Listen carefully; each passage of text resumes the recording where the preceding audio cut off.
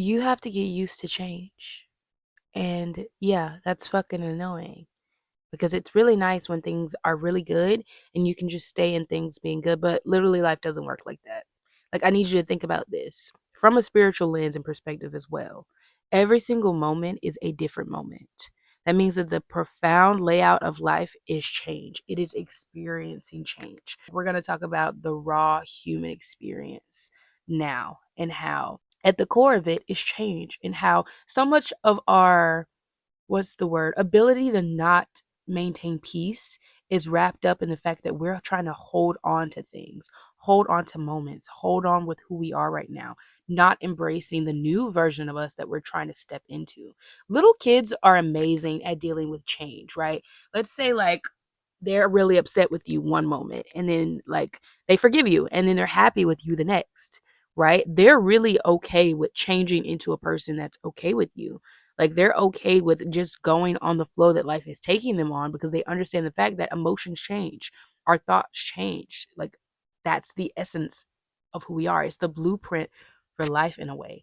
And so when you can sort of find peace like that and also begin applying it into your day-to-day life, that's when things will really begin to work out for you. So, like, let's say you have a job right now that you don't really like, but you want to change into a new job. If you have a subconscious fear of change, it's going to be really difficult for you to step away from the job that you have right now to transition over into the new one. Like, it's just going to be. How do you actually work on that? Well, first, you have to go down to the root of your core belief. Why is it, quote unquote, wrong for you to change jobs?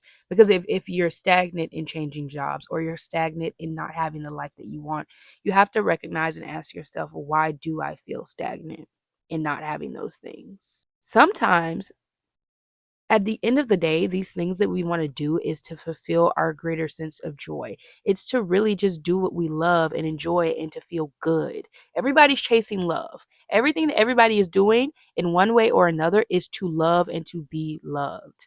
And I say that to say a lot of the times you're sitting in that stagnancy. Your higher self has put you in that place of stagnancy to push you back towards what it is that you truly love and cherish and value.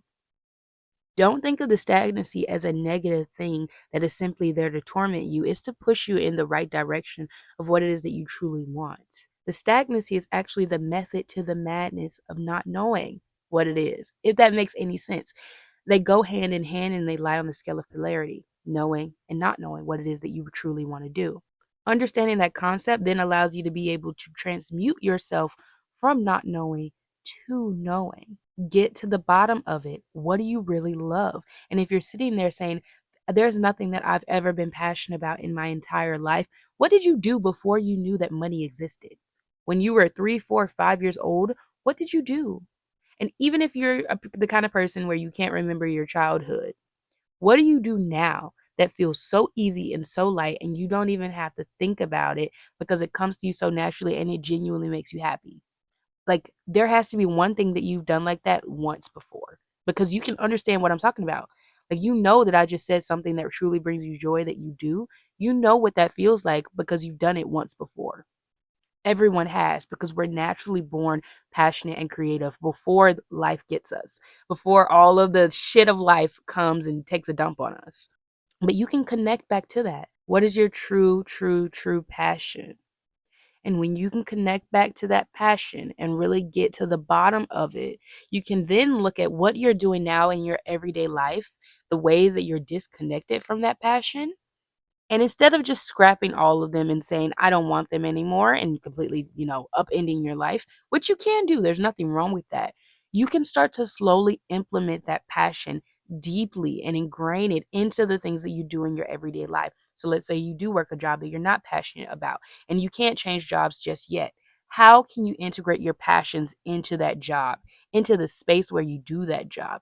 In any sort of way. For a job that you really, really, really love and like, the way to prepare that manifestation is to step into it. And I mean, really step into it. If you're not where you want to be, pretend that you're where you want to be because the past is in the past. The future is in the future, but right now is right now.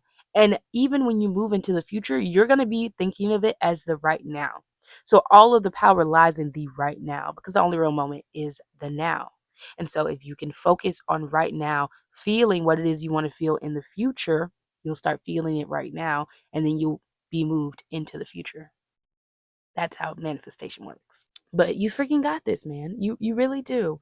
It's about accepting change. It's about understanding and learning transmutation, the foundations of alchemy.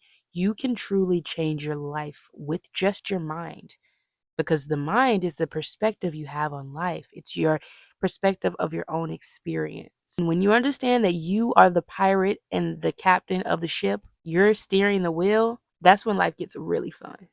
And then you can teach your inner child to steer the ship in the ways that they couldn't because they were just a little kid. Then your entire life can truly become a creative play, a play designed from you taking action on your own imagination.